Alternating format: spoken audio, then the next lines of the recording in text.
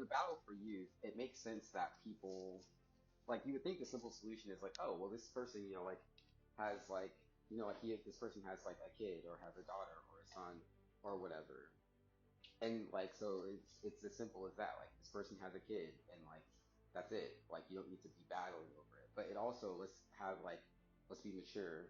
Maybe that was what the battle was, though. Is that it's like I am like this, like seemingly like I'm just like very like I get kidnapped, and people like people try to like limit my contact with people. Like that's what happened in everything. That's what happened in Frozen. And so I think that that's what the battle for youth is that it's like even if somebody does have a kid and doesn't have any interest in like having many children or whatever, like the battle for youth, like the maturity of that is that it's like, well, that child needs to have friends because look at what happens with me. Like I am a perfectly capable human being. Like I am like 100% like fully functional, but like a person can like seem like they have symptoms of someone who is not fully functional if they are not like do not have access to their uh uh like generation, like people similar to them. Like they don't have a social sphere. And so like the battle for youth in that is just like even if somebody has just a kid, they're not trying to like claim all children on earth or anything. That kid that that person has needs to have friends. They need to have a social life. They need to have a community. So like that's what the battle for youth actually was. Is it's like yeah, anybody can just have a kid, but like the battle for youth incorporated like what how kids are going to be raised and like how society kind of has to grow so that people will be safe in life. And that was the whole point of my Enchanted Forest. That was the whole point of the fountain in the Minecraft game. That was the whole point of the story. That's the whole point of this battle. That was the whole point of my life. Is that like the battle for youth incorporates how we're going to educate parents. It incorporates how we are going to um like how like people how we're going to like structure our economy, structure our society. Are we going to elect kings? Are we going to have queens? Are we going to like be liberal or conservative? Like these things, like the battle for youth incorporates all of that stuff. So even if somebody only does have one kid or two kids or three kids or four kids, like it's still like the battle for youth. Those kids have to have siblings, or those kids have to have friends. Those kids have to have like a social structure. Those kids have to have like a an infrastructure for them to like when they branch out and when they individuate. Those kids have to have a future. And so I think that that's what it is. That's why it's important, and that was why like it was always very important to me to like have a friend, to have friends, to have freedom of speech, and to like advocate for freedom of speech, is for to advocate for free and open relationships, is because like that was me battling for youth, and that was me debating for youth, and that was me like advocating for like youth culture and the future of youth. Is that like the internet was being like used as a replacement for like genuine interaction, whereas it is actually meant to augment our interactions. And so cell phones were being used as a replacement for genuine relationships, and it is intended to augment our relationships. And so in society, people will get to a point where they'll be like, there are parents who like want to ban certain video games, or there are parents who will like want to like shelter kids from things that aren't actually dangerous. And so I think kind of what was happening is that it's like there were things that were happening in society where people like in the battle for youth, it was important to actually detail for people that like censorship and certain things like that aren't necessary if we have free and open relationships, if we advocate for free and open relationships. And like people won't really feel like we won't need to battle for youth as often as far as like how they're going to vote or like are they going to vote to like benefit their family or are they going to vote for their independence or are they going to be voting for the country, are they going to be voting for themselves, are they going to be voting for themselves, the country and their family? Like that's what the battle for youth was, and that's why it was important that you register, that I registered, that like even though like somebody like yeah, it's perfectly legal for somebody to just like have a kid or whatever, or to like have their reproductive rights, or to have like the right to adopt a child or something. But those children need to have a community. Those children need to have a life outside of their family. Those children need to have a relationship with the government. Those children need to have a relationship with their like nation. And so like because everybody lives in a country. And so like people need to be educated on like what that is. And then also, you know, like there are Native American reservations. Like there like we like the battle for youth is really incorporating people's worldviews and their schemas. And so like people need to like there are some people who like have to be accustomed and acclimated to somebody who like is a war veteran or something, but who is now like a political figure, or somebody who was an actor but who has like gone to university and is not an actor anymore, doesn't work in that industry or that field. Like people need to be accustomed to these things so that they can encounter somebody who is not from the same culture as them, but then like actually be able to like have a diplomatic relationship with that person, or have a cordial relationship with that person even if they aren't like totally amicable or whatever. And so I think that that was why that was kind of what the maturity of the situation was. And like I had to kind of access when I like actually like developed my maturity, and that's why like that kind of Ryuho Ziggural battle was very important, and why that was referenced a lot. So we can actually put that to rest now. Is that like that 22nd year of my life, and like that 22nd like kind of like year of this sort of test or whatever, and like that story itself. It's also it was 2022, so like that just became very relevant because I had to access my full power. And so like that was what happened, and like I also had to kind of translate that language and translate these like my tutelage so that people would realize like, oh yeah, that was a game that he was playing, just like chess. Like royal people play chess. I like play video games, and I do play video games, and it's like chess. I played Intelligent Cube. Like I played these games because I'm a royal person that was raised to be an American royal. I am a North American person who happens to be royalty. I'm a Native American person who is Native American Heritage Month. I'm a Native American person who is kind of naturally and spiritually royalty in this on this continent. And so like that is it was important in the battle for youth, and just like kind of the discussion and on this like discussion board that we like detailed for people that like I have been in Kansas like kind of mastering the like elements by like surviving them. Like the battle with Hades, the chessboard. Hades has a chessboard. Like that's what this is. It's war games. It's a non-zero sum game. It's I'm like demonstrating to people that I am a royal person that has been trained and since birth to be royal. And like that's the whole point of Henri Tudor. That's the whole point of Henry Windsor, Henry de Laval, like Henri de Toulouse-Lautrec, which inspired my some of my artwork. Like that's what it is. And so like that's what it. That's kind of like this is kind of like my sign off for the Novera and the final battle. Is that it's like it was very important for me to detail this for people because in the battle for the healing realm as well, like I had to demonstrate to people that like I actually am perfectly capable of like construction, architecture, healing, communication. And not everybody knew that about me. And that was because there was some gaslighting. There was a war. There was propaganda. So like there were things that happened. And so like I had to demystify that situation, and that was what I did during the battle. But then I had to also like educate people and say, yes, these things happen, but these other things also happen. There was also here's the context to these things that happen. And so when you're educating youth, there are some people who are going to be like, wow, that is a lot. They're going to be like, wow, you seem like the most horrible person ever. Like, but you are just in close proximity to people who are very terrible, and you were raised with people who are very terrible, but you're actually not that bad. And I think that that's the whole point of the story.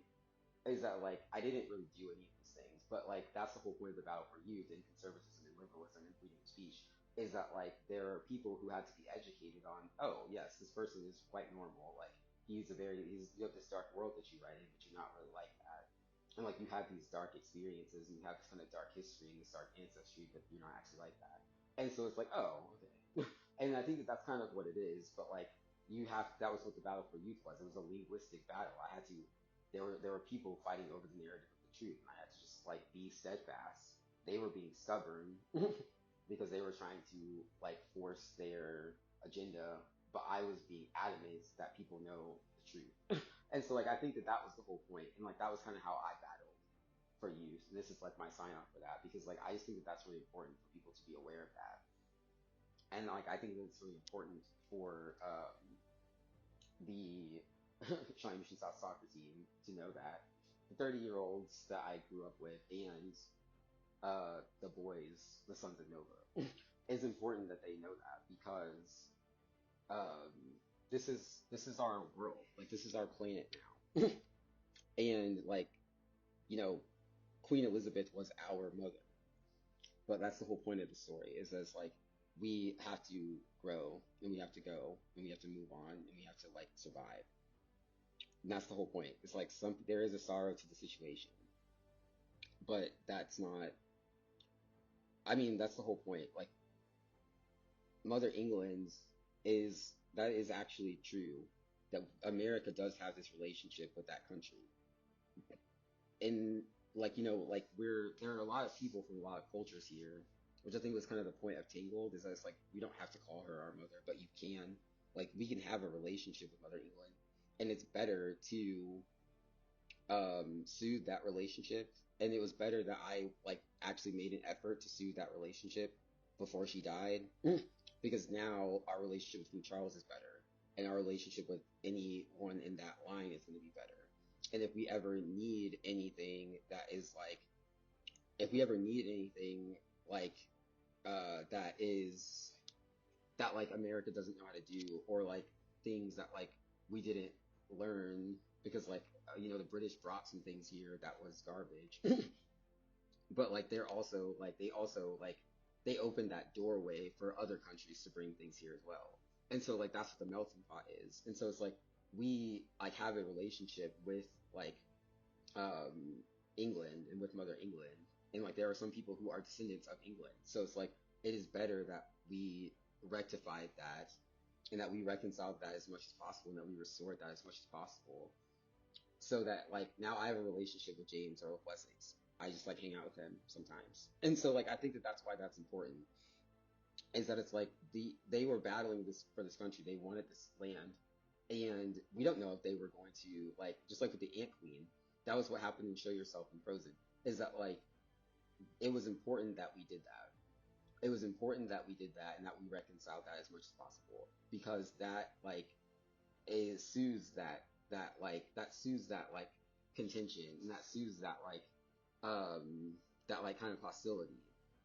And so it's like now we are in a position where like if we need something like something that seems like that something that seems like that could go like unnoticed or something, we can go to England and be like, oh hey, like this thing is happening, and then like we're not really super familiar with it. They're like, oh yeah, like that's something that people do. Like they associate things like City Hall with Faces in the Hall. So you don't. That song's not that scary. It's just like he was just attacking freedom of speech because he's jealous. It's like, oh, okay. And it's like, yeah, England is kind of broke. England's kind of a poor country. And it's like, oh, okay. It's like, yeah. Then you just go and be like, oh yeah, cool. And that's the whole point. It's like I like hanging out with poor people. That's the whole point of the story. Is that it's like I like people. I like people who are intelligent. I don't really care where anybody's from or how much money they have. I like smart people. That's what it is. And so like I think that that's what it is this like I like education. And so like since that's what my true love is like intelligence and knowledge, like it was important, it is good that we have this relationship with England and that we have like it's just like if somebody like has to move in with their parents or something, like it's the same thing. And so it's like you have a relationship with England and like, but then you get back on your feet and you go back into the world because like you like got your life together. And so like that's kind of the same thing that happened with America just now. We didn't know how to have a king, but we kind of felt like we needed one. And so we were like, oh, let's go talk to England really quick. Let's go crawl back to mommy really fast and learn how to have a king. Because like there were kings in North America, but that got like obliterated. So like that was the whole point. Is that it's like we had to go to the people we were most familiar with on that on kings on kingliness in the modern era or on royalty in the modern era. But now it's like okay, so now we're like all right, let's come back to America. And we're like we just came home and we're like all right. So like now we're home and we're like all right, cool. Like we just like had to go battle England. We had to go like do this like youth battle with England, but now like we have this king in America, and so like it's chill, but it's like you just gotta like be chill, and I think that's the whole point. And so like it's good. Like this is gonna be really fun. Like we're gonna have a really great time. We were already having an awesome time like with presidents, and we were already like filthy rich with presidents, and now we have a king, and we're even filthy richer. So it's gonna be awesome. You're just gonna have to chill out a little bit. But like it's that's really what it is. It's actually pretty awesome. And it's kind of just like how like if somebody has like a wealthy like brother or like a wealthy father or some kind of wealthy benefactor or something. That's what America is now. That's what the Prosperity Architect Amendment is. I'm gonna update that, but like probably today. But that's what the Prosperity Architect Amendment is. That's what's happening right now. Is like I am this architect who can build these things super cheap, super fast, like literally like for $0. And like it's that's all that it is. The Earth, America primarily, but then like the Earth just has a really rich, wealthy benefactor, and it's me. And I can just make free architecture, pretty much free everything. Like everything can be free now. That's the whole point of the story. And like and it's really there isn't really that much of a downside to it. And so like I think that that's really all that it is. That it's like America just has this very wealthy like benefactor at the moment. And it is me, the architect, and that's just what it is, and it's fine. Like it's gonna be awesome. But yeah, so like that's kind of me just summing up the youth battle and the youth discussion and just kind of like wrapping that whole thing because like that's really what it is. That it's like we just came here, we did this battle for youth, and now like everything is like healing. Like we didn't done the healing realm battle. Like I've revealed myself as Disney Junior because like Disney did this thing, this like River Full of Memory Full Metal Alchemist thing, and it was like Disney Junior was actually making these movies this whole time. And so like that's kind of what's happening. And so it's like we're just in an era that now that is not what we like envisioned, but is actually really awesome, and that's a good thing. Like I think that that's a really great thing. But yeah, like that's just where we are right now, and it's awesome. But like, it's just we just have to embrace these things, like Native American royalty, like natural remedies, uh, polytheism, kings, American kings, pyramids in America. Like that's really what it is. So we just have to embrace this because it's awesome. And yeah, so like that's my Healing Realm summary, author commentary summary. Love you, America. Love you, Earth. I am going to Australia though. Okay, so the marijuana and like alcohol case study, I do think that that is important, and I do think it would be beneficial um, for medical marijuana to be studied accurately and to be legalized. I do genuinely believe that. I stand by that. But the Grinch and the All Is Well and the tea, that's the actual solution with sobriety. And so I'm going to clear this misconception for people is that like, and in Conto, I did post that like, I did post like medical marijuana, and I was advocating for that because I do genuinely believe that that would be beneficial for people. I was not saying that that was a substitute for sobriety though. That's not what I said. That's why I came here and got sober because I can be so I don't need a so I can do that all by myself. Like I don't need like a I don't need to really self medicate. Like it was actually like integral police involvement that was actually the solution. And so like and it was exposing police corruption that was the solution. And so that was actually what it was. But I do still like I stand by that marijuana and alcohol case study. I do genuinely believe that is important, and that people would benefit from having medical marijuana being an option. And I think that people would benefit genuinely from people accurately and effectively studying the effectiveness of medical marijuana and contrasting that to alcoholism and alcohol use. That is actually important. I genuinely believe that that is important. That like we actually need to actually study what are the actual effects of these things, and not from a monetary lens. We have gone through all of the possibilities, and the common denominator is money. The common denominator in our economy crashing is money. The common denominator in people being poorly educated is money. The common denominator in like like people being unqualified, like unqualified people having like certain positions or whatever, money. Like the motivation generally is money, and that like that actually like the downfall of much of what has happened in America has been money. That is the common denominator. That is just the objective truth.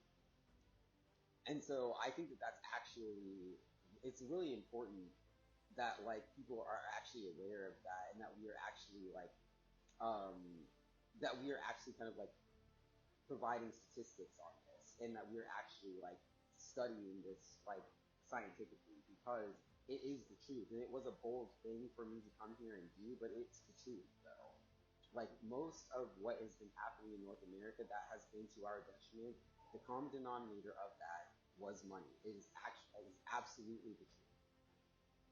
Bribery, ransom money, buying elections, hostage situations.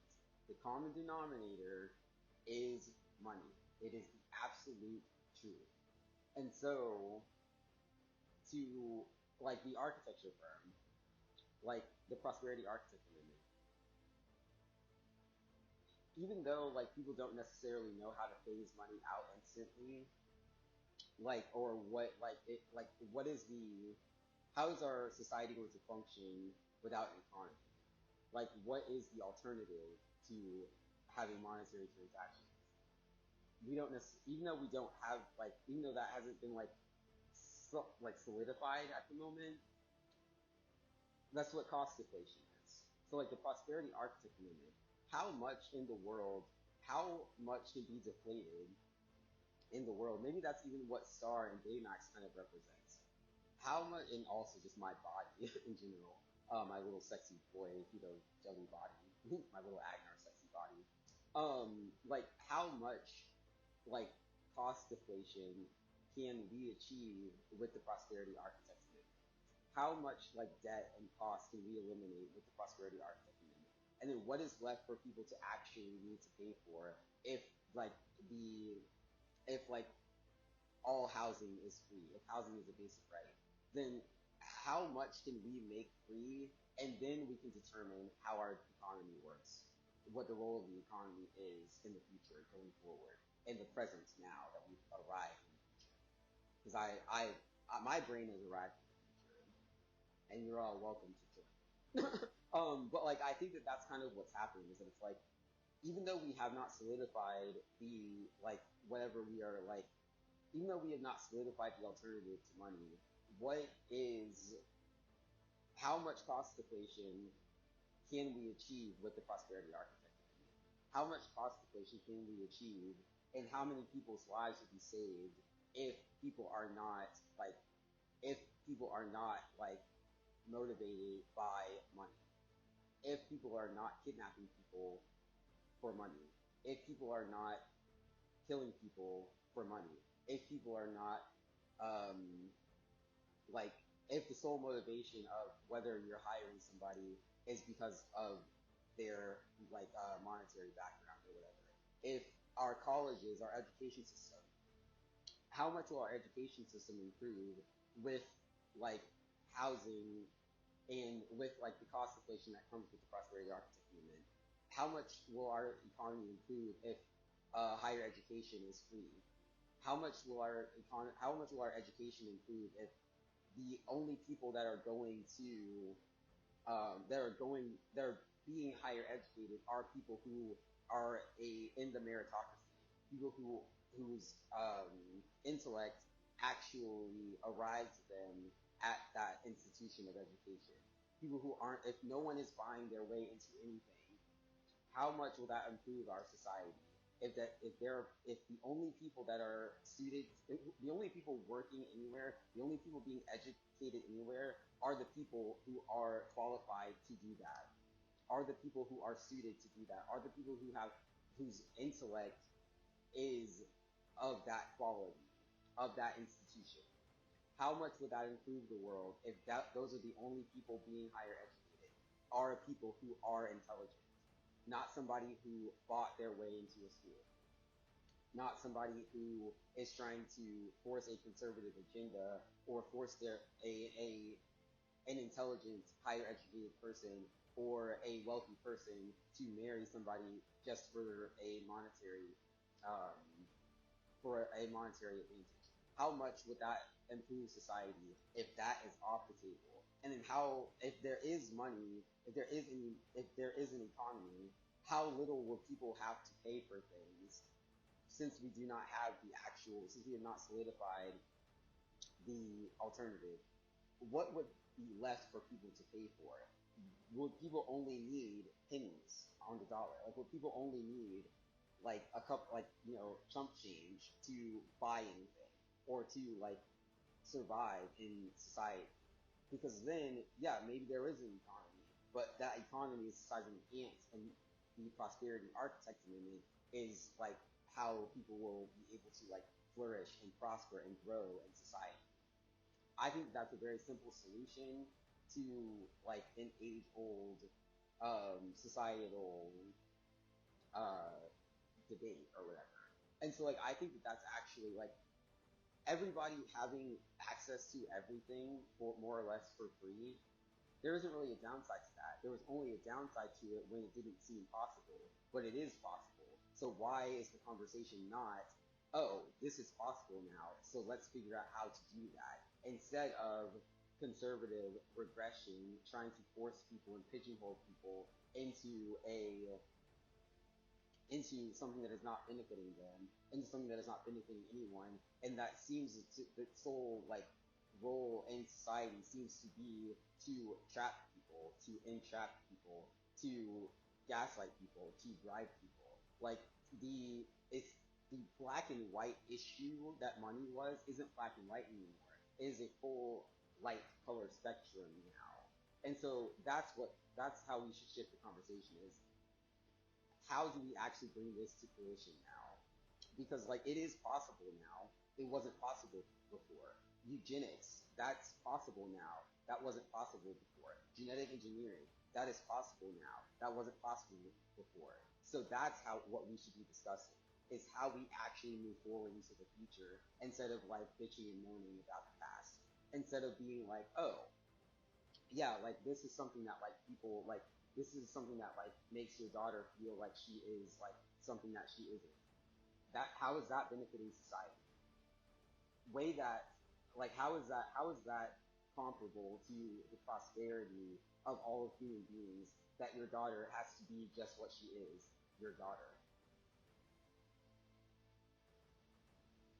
Deliberate.